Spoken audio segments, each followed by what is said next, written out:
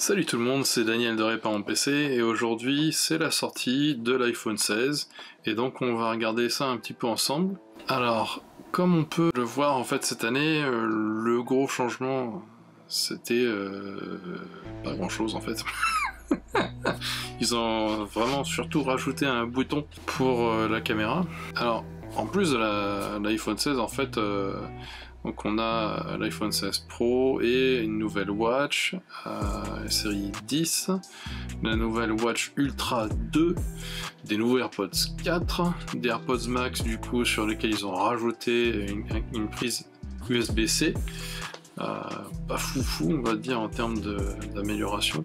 Par contre ce qui était pas mal sur l'Apple Watch du coup la nouveauté c'était vraiment la possibilité d'identifier en fait si vous faites de l'apnée du sommeil. Ça je trouvais ça pas mal. Alors par contre donc retournons sur l'iPhone 16. Donc alors qu'on mette les choses au clair, comme d'habitude, hein, c'est pas parce qu'il y a un nouveau modèle qui sort cette année qu'il faut forcément se ruer dessus pour l'acheter. À moins que vous ayez les sous, mais bon, en tout cas, donc l'iPhone 16, moi je le recommanderais plus à des gens qui ont actuellement un iPhone 11 par exemple, et qui commencent à battre de l'aile. Mais sachant que si vous avez remplacé la batterie de votre iPhone 11 concrètement il n'y a pas longtemps, c'est peut-être pas forcément nécessaire pour vous de changer d'iPhone non plus. On a dans la catégorie utilisateurs d'iPhone, on a beaucoup de gens en fait qui ont de très très vieux modèles qui tournent encore très très bien.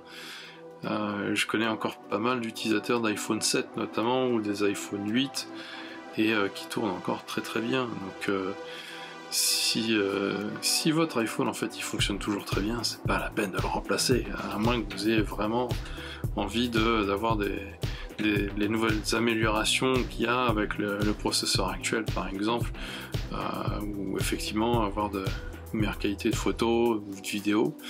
Mais par contre leur fichu bouton, là, enfin moi j'appelle ça un fichu bouton, qu'ils ont rajouté sur l'iPhone 16 donc et l'iPhone 16 Pro, sur le côté exprès pour prendre des photos, voilà, j'ai l'impression qu'ils ont plus l'idée vraiment en fait pour innover là-dessus sur leurs iPhones. Et pour moi les innovations qui sont vraiment intéressantes elles viennent surtout sur le plan logiciel. Ça va être les fonctionnalités qu'ils vont rajouter avec iOS 18 au fur et à mesure, et notamment ce qu'on attend tous donc dans la communauté tech en fait, c'est de voir ce que ça va donner avec Apple Intelligence, mais qu'on ne sait pas quand ça va arriver en France. Donc faut pas être pressé là-dessus. En attendant, moi je vous conseille plutôt de rester sur le modèle que vous avez actuellement plutôt que d'en acheter un nouveau dans l'immédiat. Voilà, c'est tout pour aujourd'hui. J'espère que ça vous a plu. Comme toujours, merci de liker, de partager la vidéo et de vous abonner à la chaîne. Et je vous dis à une prochaine.